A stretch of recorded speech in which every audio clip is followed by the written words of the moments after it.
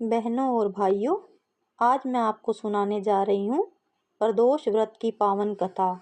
यह व्रत भगवान शंकर को प्रसन्न करने वाला, समस्त पापों का नाश करने वाला और मोक्ष प्रदान करने वाला व्रत माना गया है। प्रदोष व्रत विशेष रूप से सोमवार, मंगलवार और शनिवार को अधिक फलदायी होता है। प्रय का अर्थ है पाप और दोष का अर्थ है कष्ट, अर्थात प्रदोष व्रत रखने से सभी पाप और दोष मिट जाते हैं। शास्त्रों में कहा गया है कि जो भक्त श्रद्धा और भक्ति से प्रदोष व्रत करता है उसका जीवन मंगलमय होता है।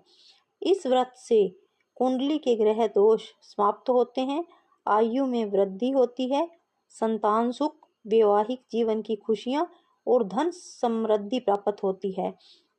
कथा सुनने और सुनाने मात्र से ही पाप नष्ट हो जाते हैं और भगवान शंकर तथा माता पार्वती कृपा बरसाते हैं।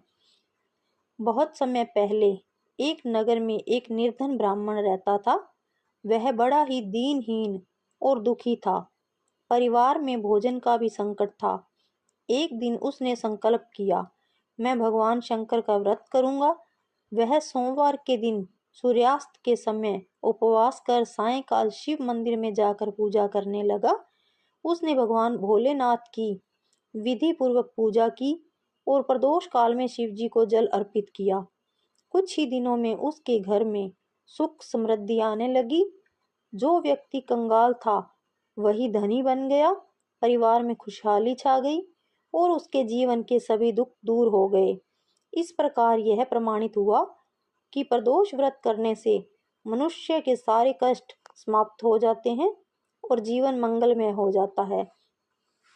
एक बार की बात है, चंद्रदेव ने दक्ष प्रजापति की कन्याओं से विवाह किया।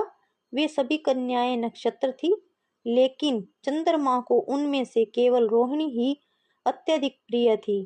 चंद्रमा सदा रोहिणी के साथ ही रहते और बाकी पतियों की उपेक्षा करते।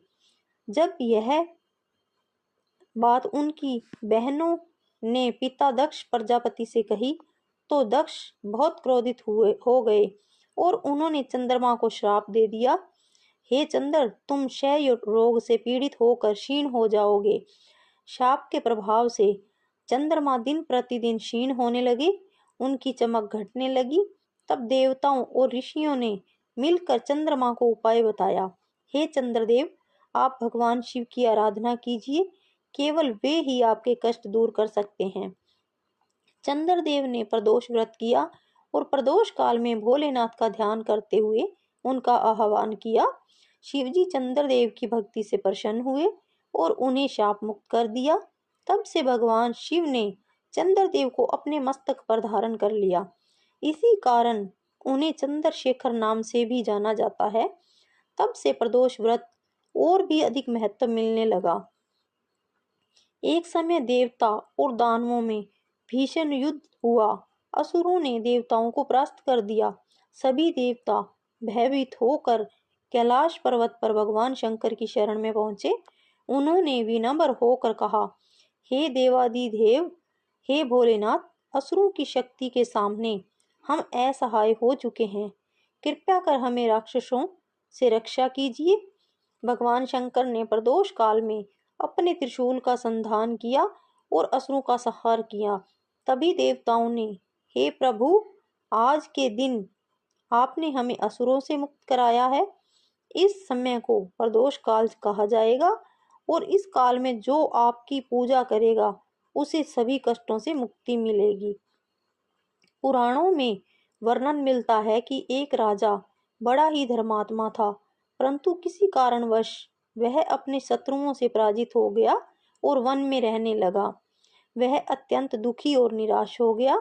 एक दिन वन में घूमते घूमते वह एक साधु से मिला। साधु ने उससे कहा, हे राजन, यदि तुम अपने दुख दूर करना चाहते हो तो प्रदोष व्रत करो। राजा ने वैसा ही किया। उसने हर मास की त्रयोदशी को उपवास रखा और प्रदोष काल में शिव जी का पूजन किया। कुछ ही महीनों में उसकी शक्ति बढ़ी, शत्रु नष्ट हुए और उसने अपना राज्य पुनः मिल गया। उसे अपना राज्य पुनः मिल गया। प्रदोष व्रत त्रयोदशी तिथि को किया जाता है। इस दिन प्रातः स्नान करके संकल्प लें और दिन भर उपवास रखें। सायंकाल प्रदोष काल सूर्यास्त से लगभग 1 घंटा पहले और बाद में शिवजी का पूजन करें। बेलपत्र, धतूरा, भांग, अक्षत, जल, दूध, दही, घी, शहद से शिवलिंग का अभिषेक करें। रात्रि में शिव कथा सुने और अगले दिन प्रातः दान करके व्रत का धारण करें। इस व्रत को करने वाला व्यक्ति दीर्घायु होता है। उसे संतान, सुख, धन प्राप्ति और यश प्राप्त होता है। समस्त पापों का नाश होता है और मोक्ष की प्राप्ति होती है। जो श्रद्धा से कथा सुनता है या सुनाता है उसे वही फल प्राप्त होता है जो व्रत करने से होता है। जय भोलेनाथ, जय गौरा मैया।